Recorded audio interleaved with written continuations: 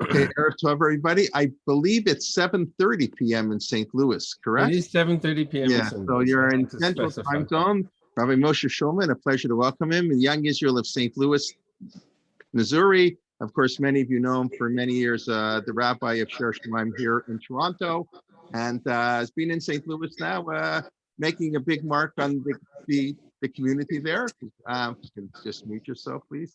Okay. And he is the founding dean of Yeshivat Kadima High School in St. Louis.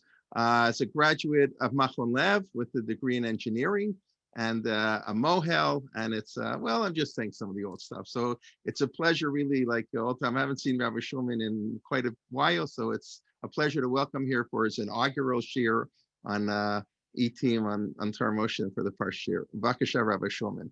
Thank you very much. It's a pleasure to be here, and a pleasure to see familiar faces and see new faces. And I see a lot of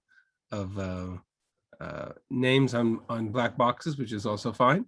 I really love seeing faces. So if you have the ability to turn your video on, then that would be great. If not, I respect that and understand that, but it would be helpful to have a kind of a face-to-face conversation if possible. I'm going to present a conversation or discussion share on Parshat Chukat. And I'm gonna hopefully leave time at the end for questions and dialogue and discussion. But what I want to share with you is really quite an extraordinary thought. The first time I heard this insight, I nearly fell off my chair. It was a share that I was participating in, much like you are, although it was in person with my Rebbe. And we'll start from the beginning, but I just wanted to make an observation. Parshat Chukat has a lot of different themes, and most famous amongst them is, of course, the sin or the mistake of Moshe Rabbeinu hitting the rock, and for which he was denied access into the land of Israel. A very famous story. I actually chose not to speak about that part of Parshat Chukat, although there's much to say, just because it's sort of the more commonly treaded arena of the Parsha. I really want to talk about a subject related to what seems to be an obscure text or question, and that has to do with the beginning of the conquest of the land of Israel itself. And the first real engagement that Moshe has with Israel and the army of Israel with the local Canaanite armies. And in this case, two in particular, the army of Sichon, the Amorite king, and Og, king of the Bashan. So I'm going to share my screen, and those who have been in shiurim of mine in the past know that I do most of my discussion with the text on the screen. So I'm going to do just that. And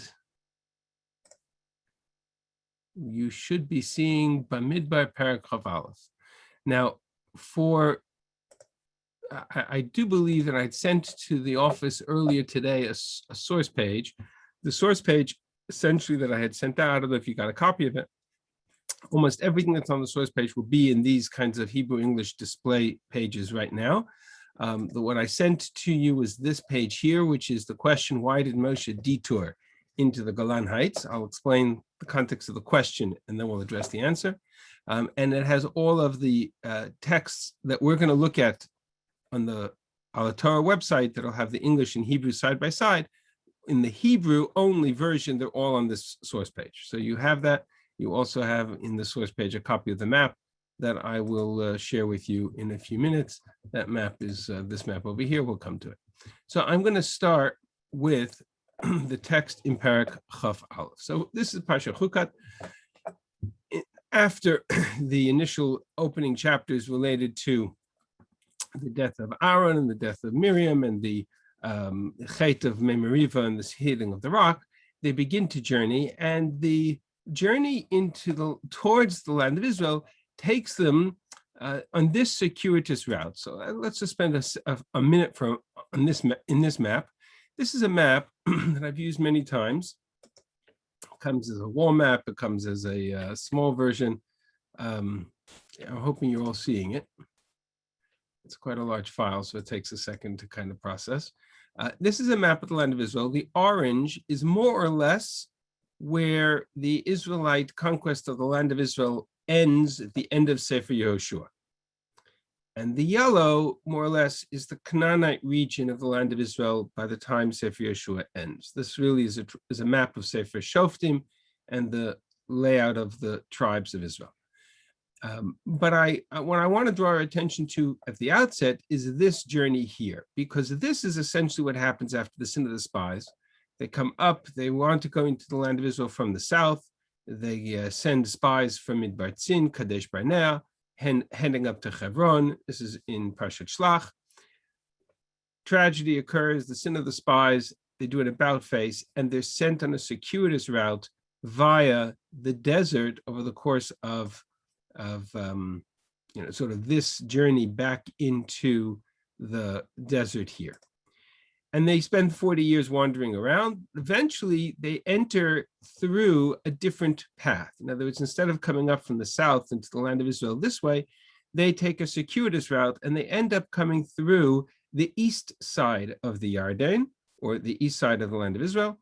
They come from up to, this is the area, this is the land that is known as the land of Edom and the land of Moab. And over here, you have the land of Ammon. So our three major neighbors, if you will, in biblical times, in the early period of biblical history, in the land of Israel, is Edom in the south, Moab, and Ammon. There is an additional set of issues here in the north when you get into the area of Aram and the area of Mesopotamia. But we'll talk about that separately. So this is the area that I'm particularly interested in discussing. They're coming up from the south. And that's when we encounter a series of conversations. They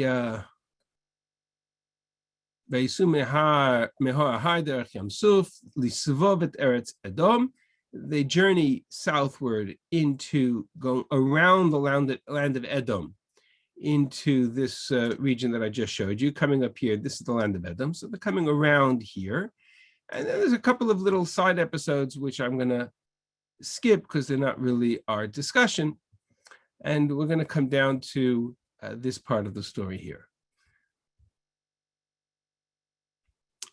משם נסעו ויחנו מעבר ארנון אשר במדבר יוצא מגבול האמורי, כי ארנון גבול מואב בין מואב ובין האמורי. They come to the land or the area opposite the Arnon. I'll show you where the Arnon River is in a moment, because the Arnon is the border between Moab and Amori.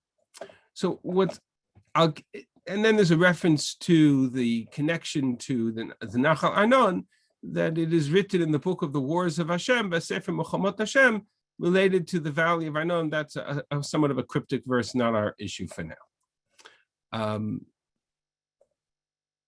Skip a few psukim, and we get to Pasuk Chaf Aleph. So let me just point on the map where we are. This is this circuitous route around the land of Edom up to what is referred to as Nachal Zared, this river here. And they come to Nachal Zared, and Vayishlach Yisrael Malachim El Sichon Melech HaEmori. They send here up to the Arnon. Actually, they come a little bit further north to the Arnon. I just finished saying they come. Oops, sorry about that. They come up to the Arnon River, because the Arnon is the border with Nachal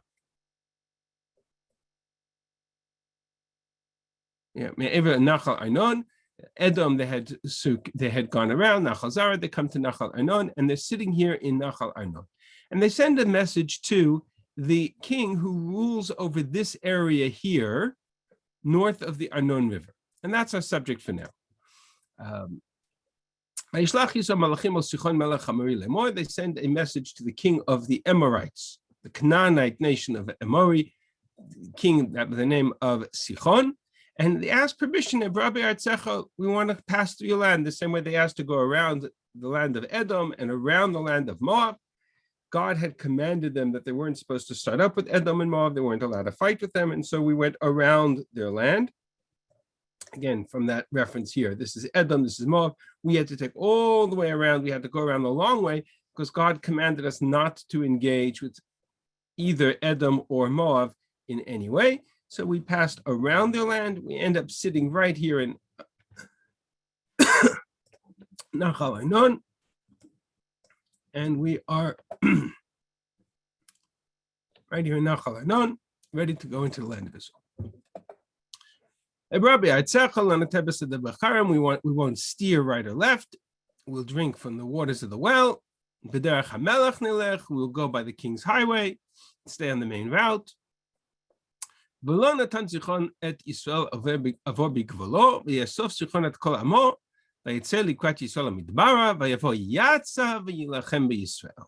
Sichon says no, comes out to greet us with an entire army, comes to the area of Yatzah, and there engaged us in a battle, expecting to push the Israelite army back, underestimating, as many of the Canaanites did, the strength of the Israelite army.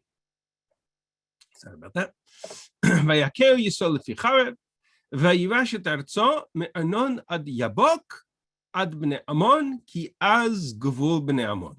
We conquered that land and possessed the land from the Arnon to the Yabok, because to the border of the land of Ammon, the border of the land of Ammon was very strong. We weren't going to start up with Ammon. So now let me explain this reference, and that's really the key phrase here. This, going back to our map, from Nachal Arnon here, let me annotate this, from Nachal Arnon here to Nachal Yabok, the Yabok River here, this area in between is the territory that was conquered in a campaign with Sichon, the Amorite king. Now, what the text then continues to tell us is, whoops, I have to erase all the annotation because okay, this works. What the text then continues to tell us is, that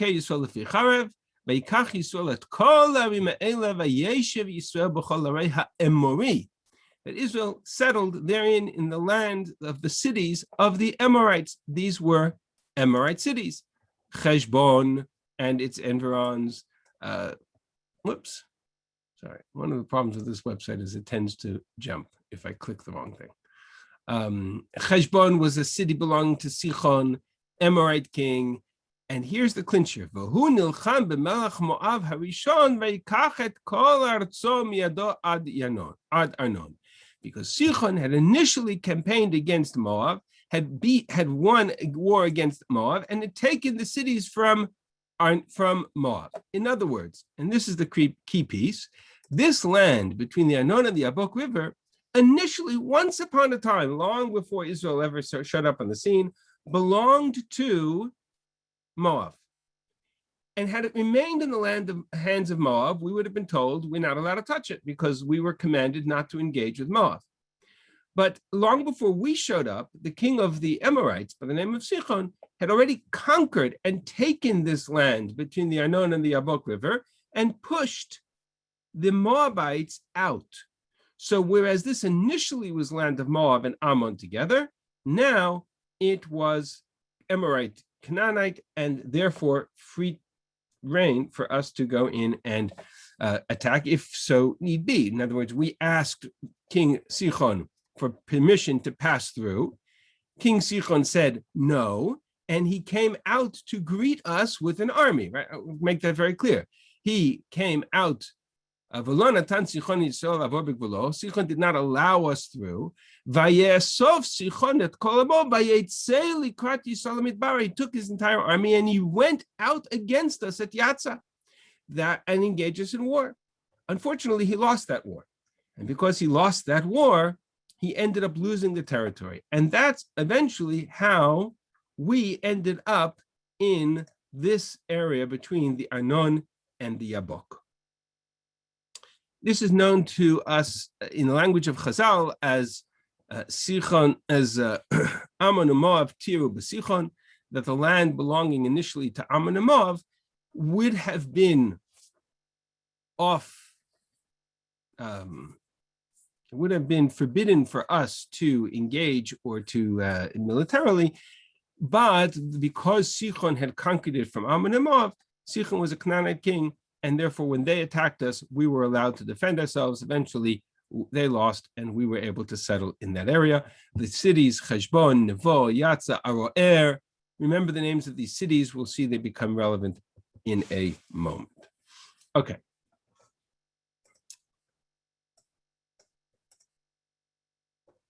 That's the conquest of Sichon. Okay. That's the conquest of Sichon. Next pasuk. Pasuk Lamed Gimel. Vayifnu vayalu derech Bashan. Moshe then turned towards the way of the Bashan. Vayetze Og melech HaBashan likratam. Hu v'chol amo lemilchama edrei. And the king of the Bashan, by the name of Og, came out to fight against Moshe in the same way that Sichon had gone out to fight against Moshe, and met them in the area of Edrei. I'll show you where that is in a map in a moment. And God said to Moshe, Al tira'oto, don't be afraid of him. Ki biyadcha natati oto ve'et kol amo ve'et atzo. I'll give him into your hands, just like I did with Sichon. Asita lo kasher asita l'Sichon melech Hamori. And indeed, ve'yaku oto ve'et banav ve'et kol amo. Moshe indeed smote him and his people, and was able to settle in the land of the Bashan. So this area now has now been conquered by Moshe at the beginning of the 40th year. And just going to expand the map outwards just a little bit. Here is the area between the Arnon and the Yabok. This is the area that we conquered from Sichon. And then Moshe turns his attention to the Bashan and engages, and Og Melech HaBashan comes out to meet him on the battlefield. Moshe is afraid. God assures him, don't be afraid, and he is victorious. I have a very simple question. They are sitting here. They're about to enter into the land of Israel. They've been traveling for 40 years. They are headed this direction. They are going to enter into Yericho and settle the land of Israel, starting with Yericho. Simple question. What on earth does Moshe intend to do when he takes the army of Israel, the entire army of Israel, and he marches them literally all the way up to the Golan Heights? The Bashan is Har Bashan, which is the Golan Heights, which is Hermon. And there in Edrei comes Og, king of Bashan, to greet him and to meet him on the battlefield and to fight him. And Moshe is afraid. If you were afraid of Og Melech Bashan, why did you take the entire army of Israel on a detour that has no business? You're headed westward. You're going from Sichon into the land of Canaan. You're going to go all the way up north into the land of the Bashan, engage the most dreadful military warrior in the region. Maybe that's a picture of him in the upper right-hand corner. I don't know. Frightened. Moshe is frightened. God has to assure him of his success and then march him the army of Israel all the way up north, only to then turn around and march back down. You don't enter the land of Israel from the north. You enter it from the east. This arc, everybody see what I'm pointing to? This arc all the way up into the Bashan is totally unnecessary. It's a detour. And it's a detour that engages Moshe in a second battle that Moshe is afraid of. And God has to assure him not to worry. But why do it in the first place? You're there, you're ready. You're entering into the land of Israel. What do you need to go up to the Bashan for? That seems like an extraordinarily irrelevant and redundant campaign. Now, in fairness, part of the reason why this question is a relatively modern question, and you won't find it addressed in the Mefarshim, because I'm not sure that the Mefarshim were looking at Chumash with a map. We have the advantage of all kinds of printed maps. So we get to see the distance of this journey, and it makes no sense. I'll show it to you on a different map, just so you kind of get a sense of it. This is a map. It's a website put out by Yeshivat Har Etzion. It's a very interesting map in the sense that it's a biblical map superimposed on a Google Maps engine. So you're operating with the Google Maps website interface, including the ability to superimpose a modern map of the region, but you're dealing with a biblical map. So this is a map of the region that we just been discussing.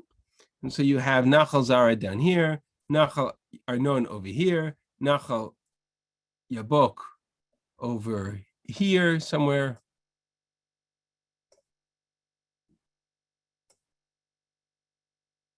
And there's Nachal Yabok, right? This is the region that we're talking about.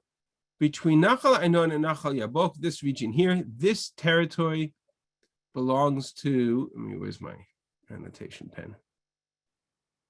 Oops, let's try that again. Right. This region here belongs to Sichon. This is the area that Moshe conquers first. But then instead of heading westward into the land of Israel, Moshe takes a detour and he goes all the way up north. You can sort of see it on a, whoops. Sorry, I'm trying to, right? It goes all the way up north into here to the land of the Bashan. And you can see the distance that we're talking about, the detour away from the land of Israel, northeast. For what? So I don't know if you've ever heard this question before, but it's a very difficult question.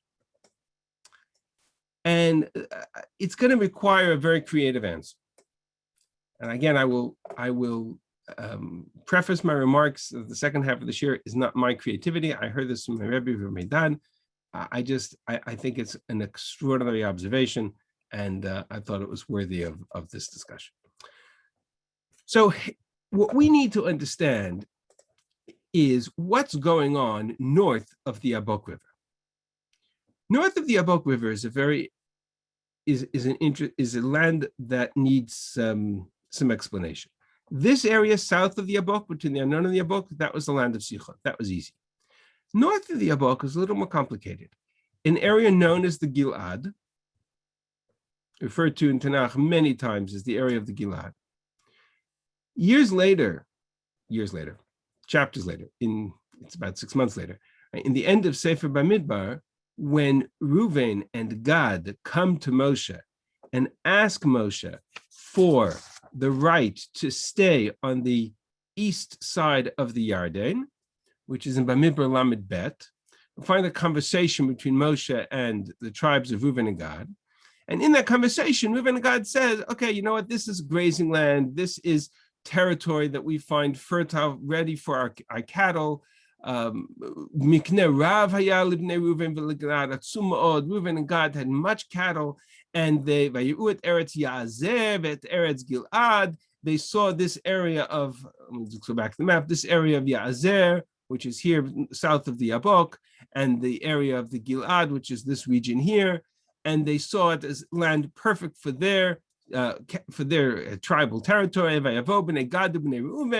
they say to Moshe, we want to stay in this area. They list cities. All the cities that they list are in this region right here between the Arnon and the Yabok. They want to stay there. And in the end, that's what, after a great negotiation back and forth, that's what Moshe does. He gets angry at them, and he tells them a whole story about the spies, and they explain themselves. And at the end of the chapter, there's a negotiation, there's a condition. They have to go and fight first. They agree. And Moshe says, you are allowed to stay here. We will do as you say. We will build for our Tapenu, Nashenu, Meknenu, V'chabamtenu, Yusham. We'll stay here with our families. Will stay here. We will go across the Yarden. We will fight for you, and then we'll come back. And Moshe says, agreed. Reuven, God, if you do this, you can go and take this territory between the Arnon and the Yabok. 32 psukim. For 32 psukim, Moshe is negotiating with Reuven and Gad over this tribal territory between the Arnon and the Yabok. And then, suddenly, out of nowhere, Vayiten lahem Moshe livnei Gad v'livnei Reuven v'lachatzi shevet Menashe ben Yosef et mamlechet Sichon melech HaAmori v'et mamlechet Og melech HaBashan ha'aretz le'areh b'gvulot ha'aretz saviv. Moshe gave Reuven and Gad and half of Menashe, the territorial region of Sichon that conquered from the Amorite king Sichon, and the territorial region conquered from the kingdom of Og, king of the Bashan. Now, let's look at that map again. Reuven and Gad all the negotiation was with Reuven and Gad, and was always over this area between the Yabok and the Arnon. And Moshe agrees. And in the very last minute, he adds to the tribal region east of the Jordan River, Reuven and Gad, the tribal territory of Sichon, and to Menashe, half of Menashe, he gives the tribal territory, the territory taken from Og Melech HaBashan. Put in perspective, he gives, let me go back to that annotation, he gives this area here to two tribes, Reuven and Gad, and he gives this area here to half the tribe of Menashe.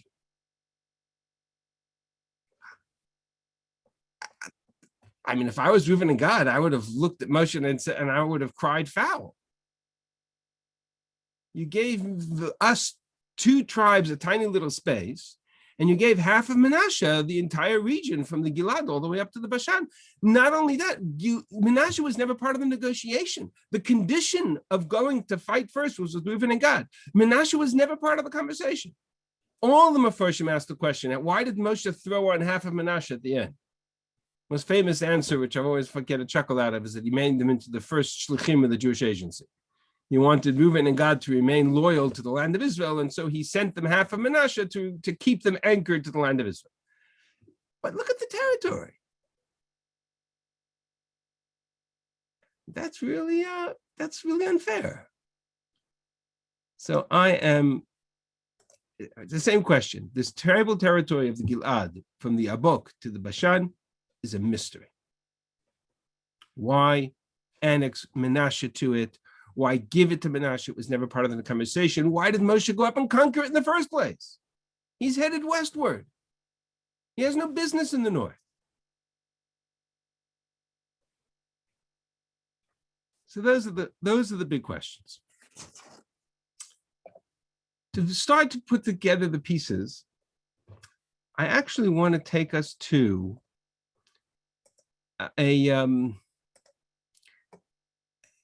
I'd ask the question of, I don't even know how to ask the question. I'm going to just start with a series of psukim in Divrei Hayam. We're just going to jump into a series of psukim out of left field and see where it takes us. Divrei Hayam in Perek Zayin. Okay? Divrei Hayam in Perek Zayin is a discussion of, Divrei Hayam in the Book of Chronicles, it's the last book of Tanakh, it's a book of lists. It's one of those books that nobody ever reads or studies directly, because it's just a complex list of lists, but it's always used as a cross-reference point. So anytime you're studying any part of Tanakh that's also referred to in Divrei Hayamim, it's a good idea to check what's going on in Divrei Hayamim. It's kind of a cross-reference. And we find the following discussion in Divrei Hayamim. I'm going to take an open parentheses, and we're going to discuss other issues for a second. We'll come back to the story of Sichon and Og momentarily. So we're going to come back down to the end of Perek Zayin. We're going to look at the following lists. This is lists of Bnei Ephraim. So who is Ephraim? Let's start with the basic question of genealogy. Ephraim, son of Yosef. So I have Yaakov, who goes down to Mitzrayim. Yosef is already in Mitzrayim. Yosef has two children, Ephraim and Menashe. Ephraim and Menashe are born in Egypt. Correct? You can nod your heads if you agree, right? Ephraim and Menashe are born in Egypt, which means they never lived in the land of Israel. Agreed? Okay. They never lived in the land of Israel. I have a mystery to resolve. Bnei Ephraim, sons of Ephraim. This is all the list of the children of Yaakov. Shutalach uvered beno v'tachat beno ve'eladah beno v'tachat beno v'zevet beno v'shutalach beno ve'ezer ve'elad. Okay, a bunch of children, grandchildren, multiple generations of the descendants of Ephraim. These children, haragum anshei Gat hanoladim ba'aretz. They were killed by the men of Gat. Gat is one of the Philistine cities. Were born who are indigenous to the land of Israel, because they came down to take away their cattle. Clear, Pelishtim came to take away their cattle, killed them, children of Ephraim. Vayit abel Ephraim avihem yamim rabim.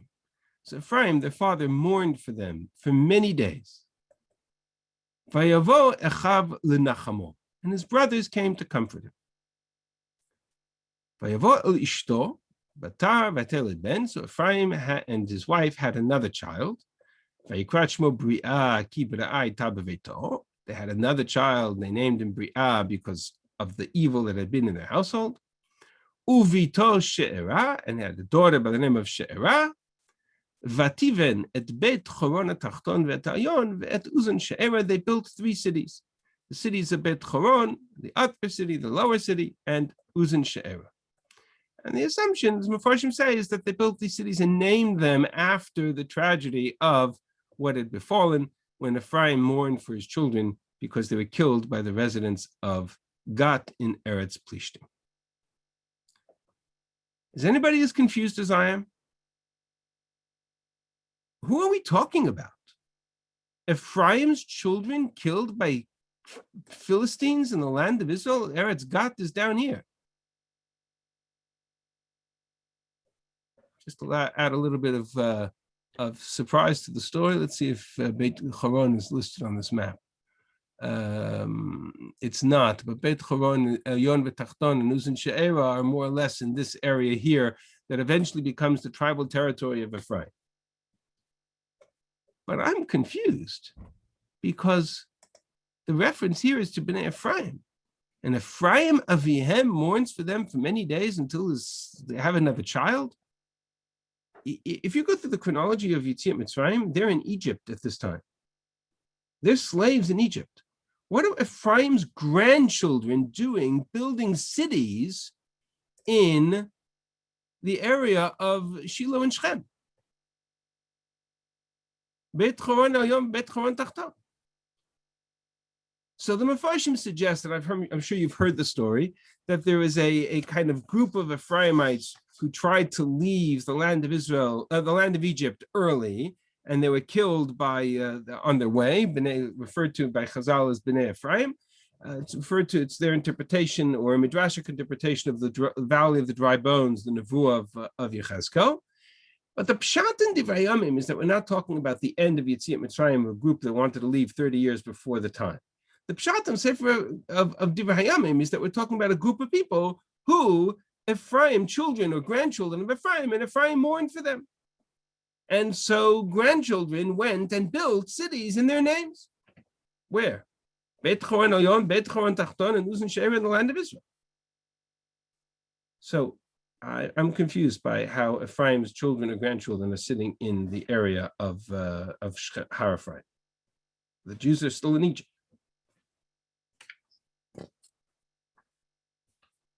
I'll go to another mystery. We'll add another piece of the puzzle.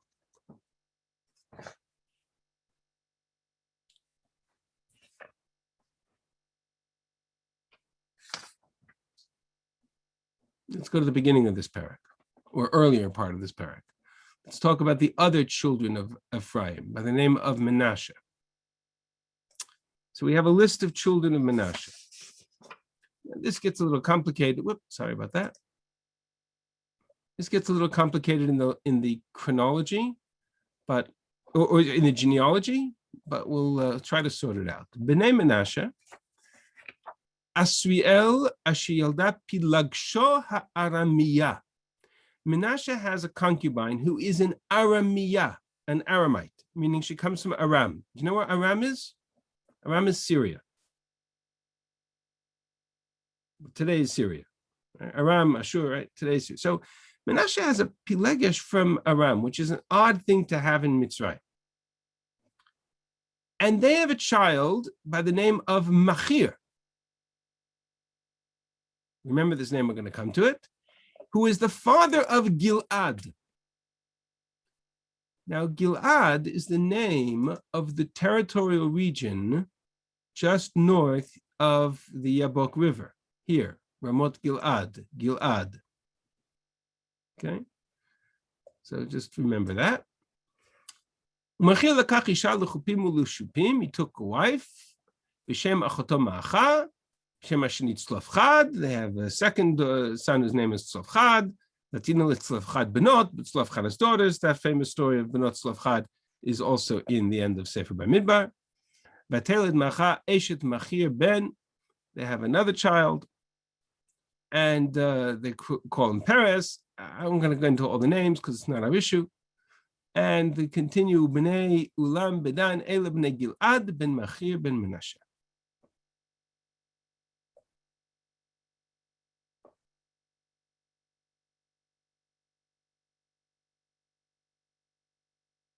Yeah, and it's not referenced here, but there's another pasuk in Parak Aleph, I'll just show it to you quickly, that talks about this Machir Ben Menashe. You know what? It'd be easier to see it in the. No, maybe not. I just want to show you one more pasuk to get one more name onto the list. Chetzron is the grandson of Yehuda. Vayachar ba Chetzron al bat Machir Gilad. Chetzron marries the daughter of Machir, father of Gilad, grandson of Menashe. V'ulakacha v'atel lo Zguv. They have a child by the name of Zguv. Zguv holided Yair, and Zguv gave birth to Yair. So I have in this lineage, and I'm going to show you the map in a second. I have in this little story Yehuda and Yosef. Yehuda has Peretz, Peretz has Chetzron. Yosef has Menashe.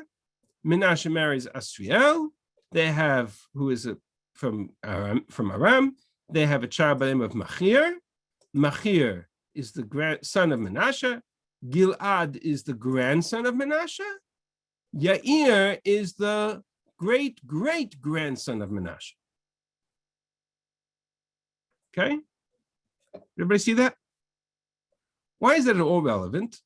I'll show you why it's relevant.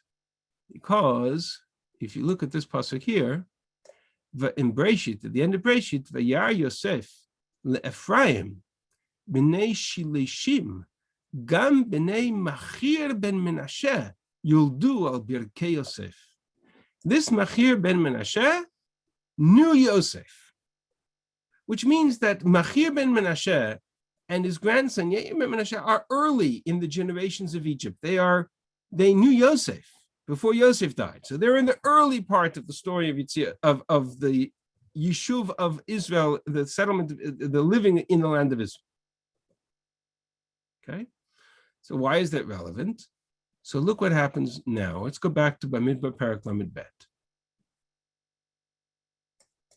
So remember I told you in Bamidbar Parak Lamed Bet that Moshe took, after the whole negotiation with Reuven and Gad, he gave Reuven and Gad the territory of Sichon, and then he threw on half of Menashe into the territory of the Gilad, up to the Bashan. So then we have a sidebar mention or reference here. Vayelchu b'nei Machir ben Menashe Gilada. The children of Machir ben Menashe went up to the Gilad. Vayel Kedua, they took it. Vayoresh et Amaria Sheba, and expelled the Amorites who were there. Vayiten Moshe et Gilad leMachir ben Menashe, and Moshe gave the Gilad to Machir ben Menashe. Vayesheba. V'Yair ben Menashe, and Yair ben Menashe, meaning grandson of Menashe, halach, he had gone, vayilkod et chavotehem, and he took all their towns, vayikrat and Chavot Yair, and he called them the cities of Yair. Yair ben Menashe, Machir ben Menashe, conquering cities in this area, calling them Chavot Yair, in the area of the Bashan. Only one problem. For this to work, Yair ben Menashe and Machir ben Menashe, said the Medrash and Seder Olam, Noldu b'chayei Yaakov, they lived at the days of Yaakov, and they died after Moshe died, which means that they are at least 300 years old. Maybe older, it depends on how many years we spent in Egypt. I'm very confused. How do Machir ben Menashe and Yair ben Menashe, how does Machir ben Menashe, who lives in the days of Menashe before they come back to the land of Israel, name a child Gilad over a territorial area that he's never been in? And marries an Aramean Pilegesh. And as a grandchild Yair, and they go and they conquer territory. When did they go and conquer territory? In Chavot Yair.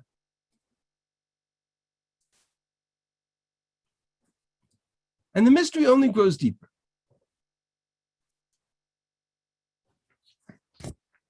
So I'll share with you.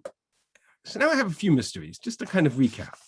We have a mystery of how is it, coming back to this map, how is it that Moshe detours from the area of Sichon all the way up north into the land of the Bashan?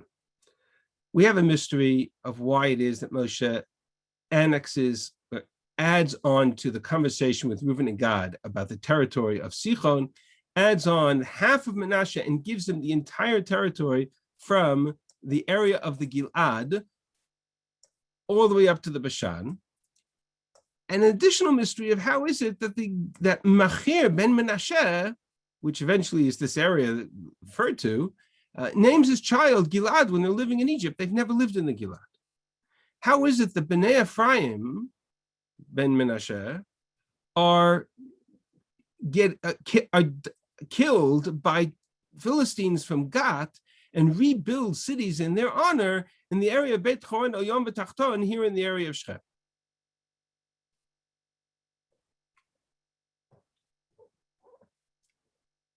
There's a few other mysteries that we could resolve with the same observation. One, for example, is the census. If you look at the census that Israel takes when in year 2 versus year 4, actually not even in year, in year 2 versus year 40, Parshat Bamidbar versus Parshat Pinchas. So every other tribe in Israel, more or less, over the course of the 40 years, stays the same. But something happens to the tribe of Menashe. Between Parshat Bamidbar and Parshat Pinchas, Menashe, which was one of the smallest tribes in Israel, at 32,500 in year 2, grows to the largest tribe of Israel at 52,700 in year 40. Every other tribe stays more or less stagnant. Ephraim, Menashe's counterpart, shrinks from 40,000 to 32,000. Menashe grows exponentially off the charts, 32,000 to 53,000. It's a mystery. Unclear why. There's a few other mysteries as well. So here's the theory. Here's the thesis. Okay, here's the punchline. We're talking about the children of Yosef, Ephraim and Menashe. Of all the tribes of Israel who are living in Egypt, who is the only tribe that by virtue of legal status has free mobility between Egypt and Canaan? Yosef. And what I'm suggesting based on these mysteries is that the children of Ephraim who were killed in the area by Gat and then settled in cities of Bet Horon, Elyon, and Tachton, etc., are not the Bnei Ephraim who leave 30 years earlier, before Yetziat Mitzrayim, but in fact, they are descendants of Yosef, grandchildren of Ephraim, sitting in the land of Israel in the area of Shechem throughout the years of Shibud Mitzrayim. Sitting and waiting. They go under Yosef's instructions. They have free reign. They're free citizens. They go up to the land of Israel. They settle there. Some die there. Ephraim mourns for them, and they resettle. Similarly, Menashe marries Yosef's grandchild. His son marries Machir, marries a Pilegesh from Aram, and as a child, and names him Machir, names him Gilad, and a grandchild by the name of Yair, and they build cities, and they call the cities Chavot Yair. And we're dealing with a territory in which Bnei Menashe are settled, conquered, controlled, named, and established as Menashe, Bnei Menashe, literally. Now, I'm not suggesting, here, let's go back to Bamidbar for a second. Okay, if I go back to, actually I have to clear this all. If I go back to Bamidbar for a second, after the story of Reuven and Gad, it says that Bnei Machir ben Menashe went and conquered the territory of the Gilad. When? While Moshe is sitting there after the battle with Og, Machir takes a detour and he goes and he conquers a bunch of cities, Machir who's 400 years old? Or are we referring to why Moshe gave the area of the Gilad to the tribe of Menashe? Because the grandchildren of Yosef, Machir ben Menashe, Yair ben Menashe, had gone and settled and were living in the area of the Gilad. So whereas for all of the other tribes, for Reuben and Gad, this was new territory that needed to be conquered. The area here of Menashe wasn't given this land because they asked for it. Menashe was given this land because they'd been living there for 400 years.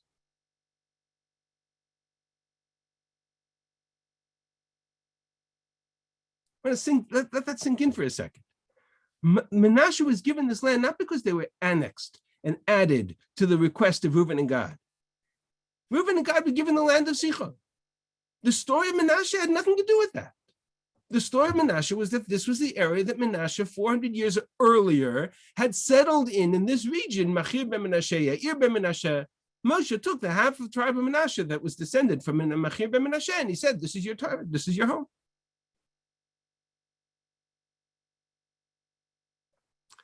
Now, if that's true, and I have reference in Sefer Divrei Hayamim to descendants of Yosef from the house of Menashe and descendants of Yosef from the house of Ephraim, who are sitting and living throughout the years in Shibud Mitzrayim, are sitting and living in the land of Menashe here in the north of, in the area of the Gilad and the Bashan, as well as here in Ephraim.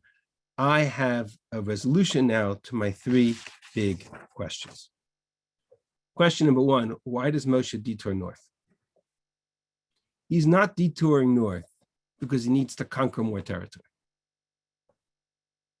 He's detouring north because there are Israelites there that he needs to reconnect with the tribes of Israel.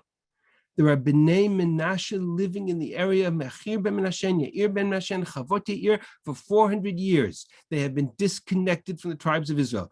Moshe comes in, he conquers the area of Sichon. They're sitting on the Yabok River, and north of him in the land of Edrei is the area of Gilad and the Bashan, and Moshe knows there are Bnei Menashe sitting there. So he detours and he goes, and he starts up, he goes north. It was very clear in the pasuk, Vayifen. He turned north to the Bashan. Vayifnu vaya'alu derech Bashan. Moshe intentionally heads north to the area of the Bashan. This wasn't an accident, because there are Bnei Menashe. And he'll come into the land of Israel and he'll reconnect with the descendants of Ephraim in the area of Shechem. And the story, the second half of the story of entering into the land of Israel at the end of the 40 years is a story of the reunification of the tribes of Israel. There are whole sections of the Israelite tribes, Menashe and Ephraim in particular, who Yosef sent back to the land of Israel because Yosef was the one who instilled in them the connection. Yosef was the one who buried Yaakov there. Yosef was the one who instructed them to bury him there. Yosef is the one who told his children, go and settle there because they could. And for 400 years, they're going to wait for the Israelites to show up. Now, if this bombastic chiddush isn't big enough, share with you another observation. If what I'm suggesting is correct, then somebody unmute themselves and tell me what major, watershed, significant, fundamental event of Jewish identity and religiosity did these tribes miss and were not present at? Mamad Har Sinai. Ephraim and Menashe, these children were not at Mamad Har Sinai. That's a problem. But it's a problem the Torah addresses. Because the Torah does something very odd. And it requires of Moshe to repeat the Brit of Mamad Har Sinai twice more. None of them, unfortunately, quite understand why we need to go through the entire Brit of Mamad Har Sinai, the whole ceremony, twice. We do it in Avot Moav. After all the conquest is done, in Avot Moav, Moshe gathers the people together, and he says to them, and I'll read you the psukim. I'm going to, just for the sake of brevity, I'm going to do it. I'll do it in the Hebrew, but I'll translate because it'll kind of be a little bit faster. But he says to them in Avot Moav, after, remember the blessings and curses, the Parshat Ki Tavo, it lists all the blessings and curses. It reads like Parshat Chukat, which all the blessings and curses. And at the end of it, in Avot Moav, we have the pasuk that says, Eila Divrei Brit, Asher Tzivah Hashem et Moshe lichrot et bnei Yisrael be'eretz Moav. This is the covenant that God commanded Moshe to establish with the children of Israel in the land of Moab, in the territory of Sichon. Milvad the Brit asher karati tam b'Choreb, besides the Brit that he made with them in Choreb. Meaning we have to repeat the entire experience of Mamad Har Sinai. And that's exactly what we find in Parshat Nitzavim. Atem nitzavim hayom kochem. You are standing here today, you before your heads and your tribes and your leaders, your children and whoever's over here, le'ovrecha bivrit, l'Hashem Elokecha, to go through a brit with God. Why do I need to repeat the brit? And that's not enough. When I enter into the land of Israel, the Torah commands us to do something very odd, which is to head straight to Shechem, and there to enact an entire ceremony on the mountains of Hagrizim and Areval, in which the blessings and curses are repeated for a third time. And it's not just, okay, take two mountains and enact a brit with the people of Israel and just repeat it just for the sake of including the land of Israel in this. The Torah goes out of its way to say exactly where these mountains are. You got to go westward, and you're going to find a path in the land of Knaani, Mula Gilgal, Eitzel near Shechem. And there you're going to enact this covenant. And that's exactly what happens. All the brachot and klalot, a man on this mountain, a man on that mountain.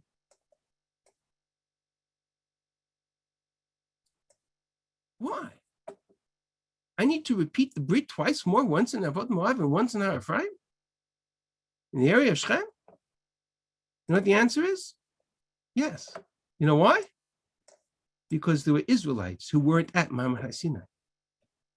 Because there are Bnei Menashe that they collect on the east side of the Yarden that have to be included in the Brit before they can cross over the Yarden. So I need to repeat the Brit in Avot Moav after I reconnect with Sheva Menashe. Because there are descendants of Har Ephraim living in the area of Shechem who weren't at Har Sinai. So I need to go to Shechem and include all of those tribes in the Brit. And I need to repeat Mamad Har Sinai twice more for those Israelite tribes that were not included in round one. Now, I'll conclude with one more piece of this puzzle. if what I'm suggesting is correct, when we stood at Mount Sinai, did we have a choice to accept the Torah or not accept the Torah? Did God come to us and say, do you want the Torah or not? And we said, Na'aseh v'nishma. We had a choice. Some can argue it's not really a choice, too many miracles, whatever the case is. But essentially, God asked the question, and we gave the answer, correct?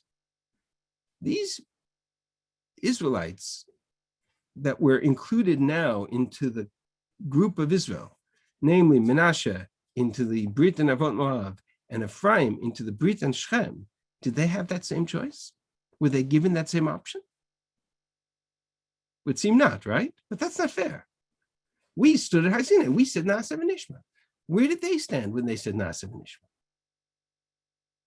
So let me read to you two psukim at the very end of Sefer Yoshua.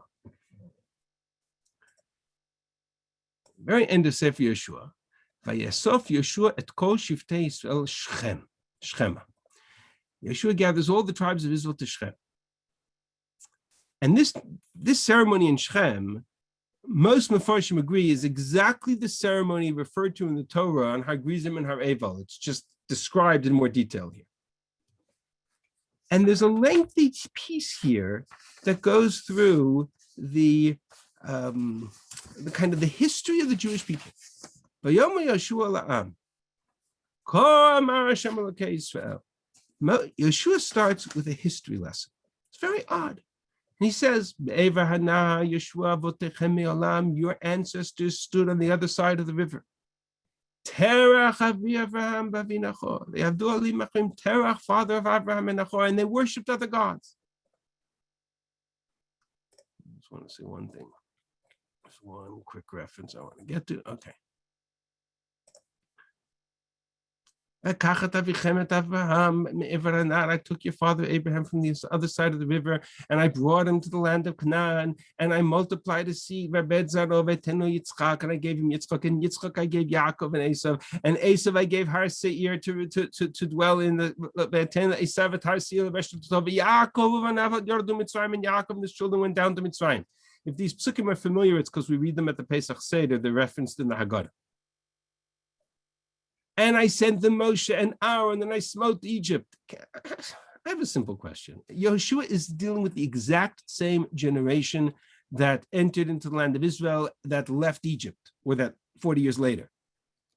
Right? Why does Yeshua have to repeat the whole history lesson going all the way back to Terach? Well, that generation perished in the desert, didn't they? Correct. So whatever this next generation was that grew up in the desert, he's talking to the same people, right? This is only 14 years after they entered the land of Israel. So why does he have to go through all history lesson? And then it gets even better. I took you out of Egypt. I brought you here through the sea. Mitzrayim raced after you, and you cried out to God. And I caused darkness between you and Egypt, and I split the sea, and I brought you through the sea into the land of Israel. Notice how he skips over Mount Har Sinai, but that's I brought you into the land of the Amorites. We conquered it. Okay. References to Balak, references to the miracle of Bilam. He references a lot of events of the Midbar, does not reference Mount Har Sinai. Reference the conquest of Yericho and the expulsion of the Canaanites. Pasuk Yud. Ready for this? Ve'ata. Yira'u et Hashem. Fear God. Ve'ivdu oto b'tamim uve'emet. And serve him with truth and sincerity. Asiru otelem asher avdu avotechem be'ever hanar u'b'mitzrayim, and get rid of the gods your fathers served on the other side of the Yarden, in the Mesopotamian region, and in Egypt. Ve'ivdu et Hashem. If it be evil to you to serve God, then bacharu lachem hayom et mi ta'avdun. Choose whom you want to serve. Do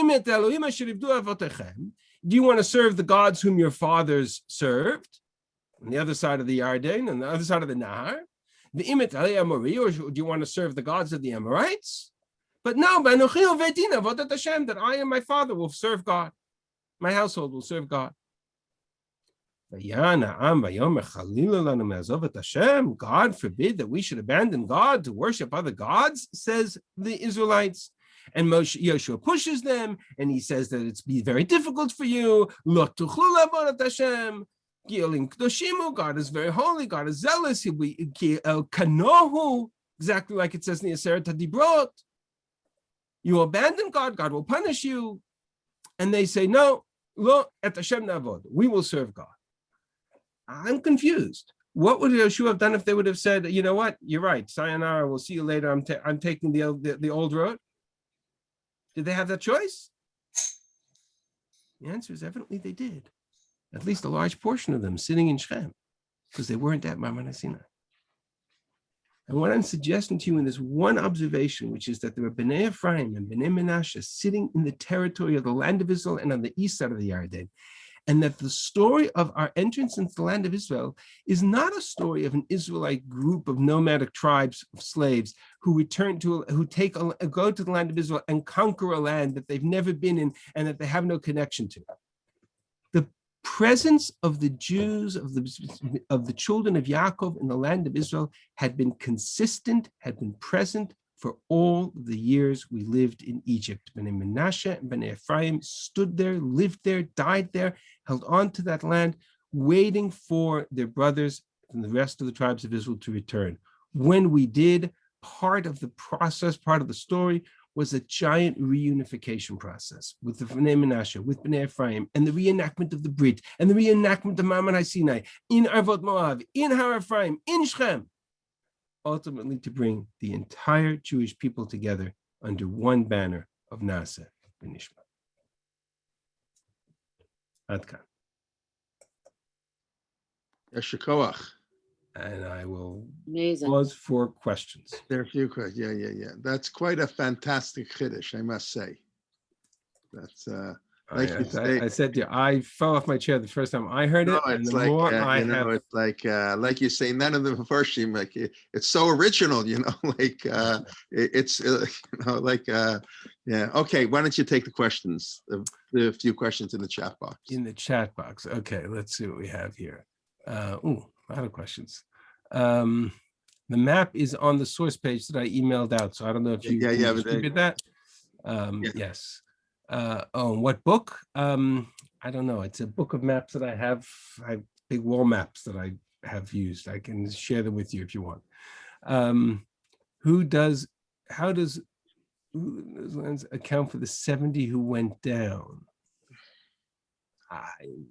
They're members of the households. They're descendants of various households. The 70 went down to Mitzrayim, or Yaakov and his children. Remember, Yosef, Ephraim, and Menashe are already in Egypt.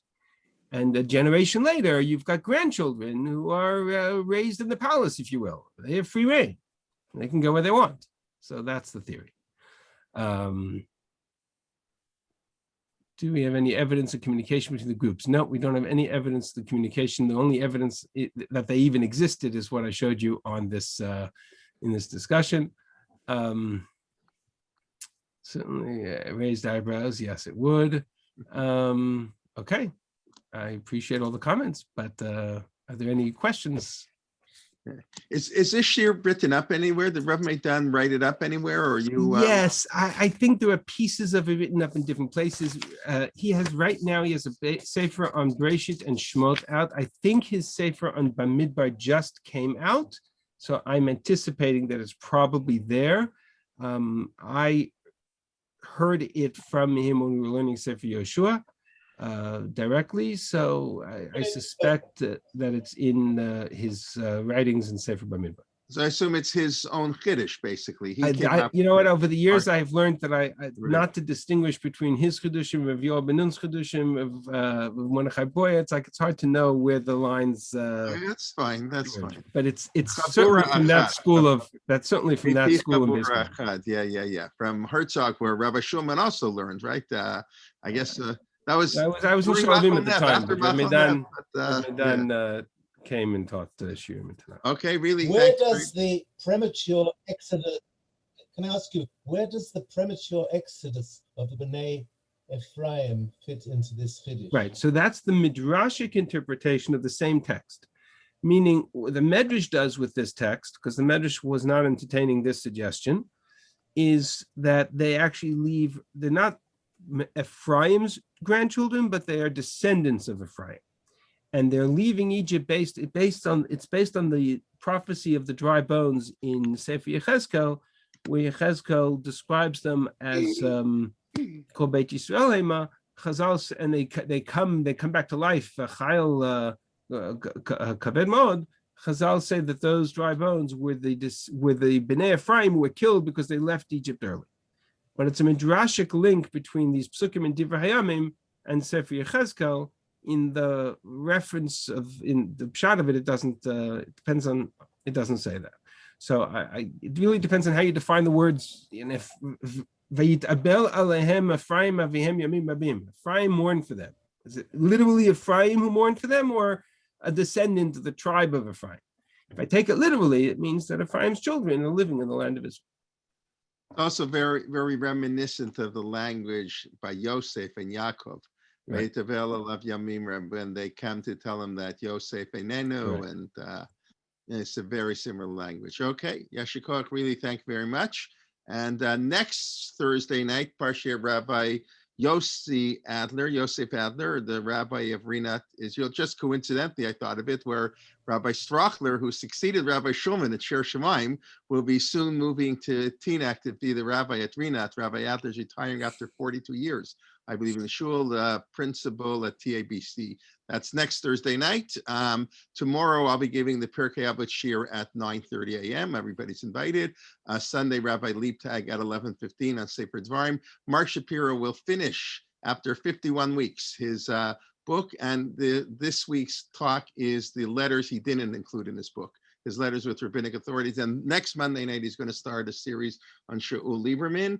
And of course, Monday morning, I sent out earlier this afternoon, Rabbi Alex Israel begins at 12:15 on Monday, a 7-part series on the thought of Rabbi Jonathan Sachs. Rabbi Alex Israel, of course, grew up, I know, of course, but if you know him, he grew up in England and now living in Alon Shvut, and, also from the school of Rav Meidan, a student of that school, of the Herzog School, whatever. So that's beginning on Monday, and then Rachel Sharansky continuing her series on the Kings and storytelling on Tuesday, and Simi Peters on Sefer Yirmiyahu on Wednesday, and Shuli Mishkin will be back Thursday morning on the tour of Israel. So that takes us through the whole week. Rabbi Shulman, it takes me a long time to make all those announcements sometimes, but Baruch Hashem. Anyways, regards to the family. And I'm an hour earlier than you. You can make whatever announcements you want.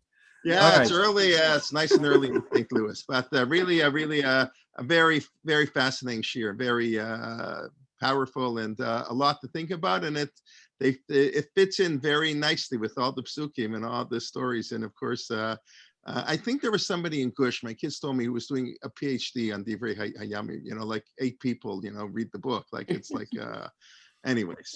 Okay. My pleasure. All right, Lida, thank you very much. everybody. Thank you. Okay. Yeshikoach. Okay, everybody be well. Thank you. Yes, guys. Yeah, okay. Thank you very much indeed. Thank you. It's Thank fantastic. you so much, Yeshikoach. My pleasure. Totally a pleasure.